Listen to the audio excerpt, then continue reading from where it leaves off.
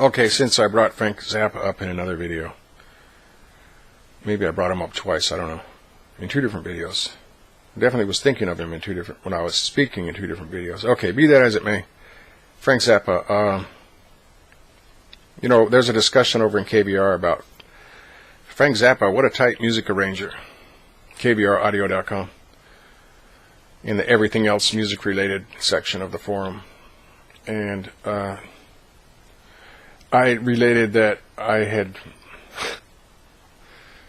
knew this guy, or I met this guy back when I was 17 or something. That was, you know, he wore the Frank Zappa mustache and goatee. He played in SG. He had all the Frank Zappa records, all the bootlegs he could get his hands on. And he's one of the guys, actually, that I was mentioning in the Jimmy Page videos that said that Jimmy Page wasn't fluid, that Jimmy Page was herky-jerky, and that Frank Zappa was the ultimate guitar player.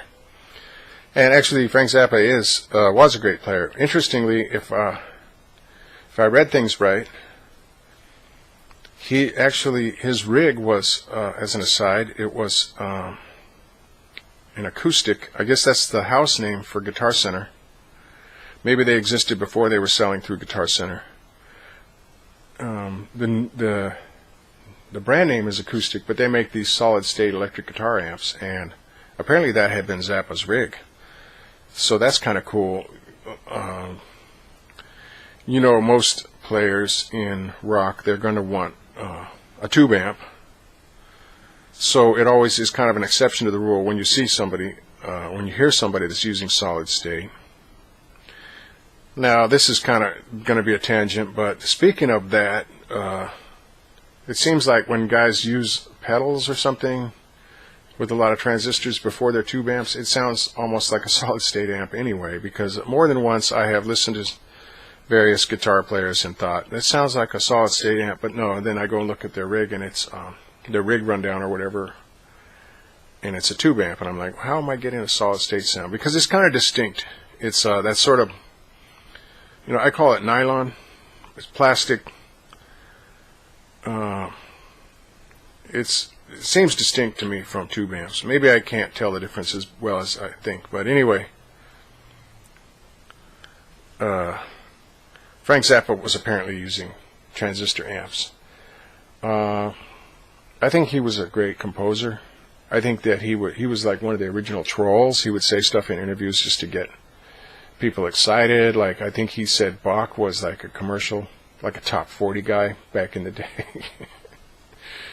And there's many people that would not take well to that kind of comment. Who was the other guy? Haydn?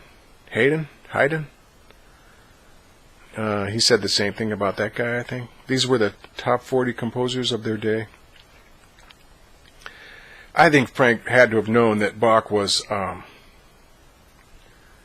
I think he must have had a big blind spot if he really believed that. That's why I think he was trolling there.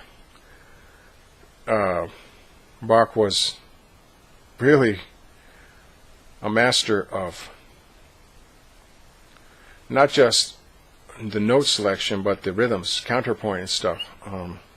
He's one of the few European composers that you could actually say that he was doing early versions of jazz with his counterpoints. Rhythmically, he was the way he combined different parts. So it wasn't just his, well, with his modulations, it's almost like he could modulate and you wouldn't really notice that he had changed keys, what he had. It was, I guess I call it a seamless modulation. Anyway, so it's funny that Frank Zappa kind of trolled on that guy, and I think Frank Zappa was a pretty good guitar player. Maybe great, I don't know. I don't listen to Zappa. I guess I'm one of the people that doesn't really get it. To me, there's too much like bathroom type talking, and maybe I should be able to look past that. Now, having said that, there's definitely, I had a guy that I worked with, and we drove around in a truck and did landscaping, and he brought some Zappa, and, you know, I'd kind of be like, man. And maybe I just had a bad attitude. But every fourth or fifth song, I would be like, damn, that's, ooh, dang it. That is that's the sweet spot. That is timeless. That's incredible. So I definitely have enjoyed my share of Zappa without really being a fan, if that makes any sense. Now, as an aside, another aside, I'm full of asides. Maybe I don't have any centers. We played Mr. Green Jeans in our high school jazz band, and then that guy I was telling you about with the SG and the beard and the mustache, him and his friends would get together and jam on Zappa at Keggers, where we were having a jam session, and Mr. Green Jeans was one of the songs that they did one time. I can still see his friend standing there behind the mic singing it. And I was like, oh, I'm used to the trumpet player from high school playing, our teacher playing trumpet to this melody. Now I'm actually hearing the lyrics. Interesting. So I don't know. Like I said, I must be one of those people that doesn't quite get it, but I can definitely appreciate all of the effort and the skill that went into what Frank Zappa was doing and his band.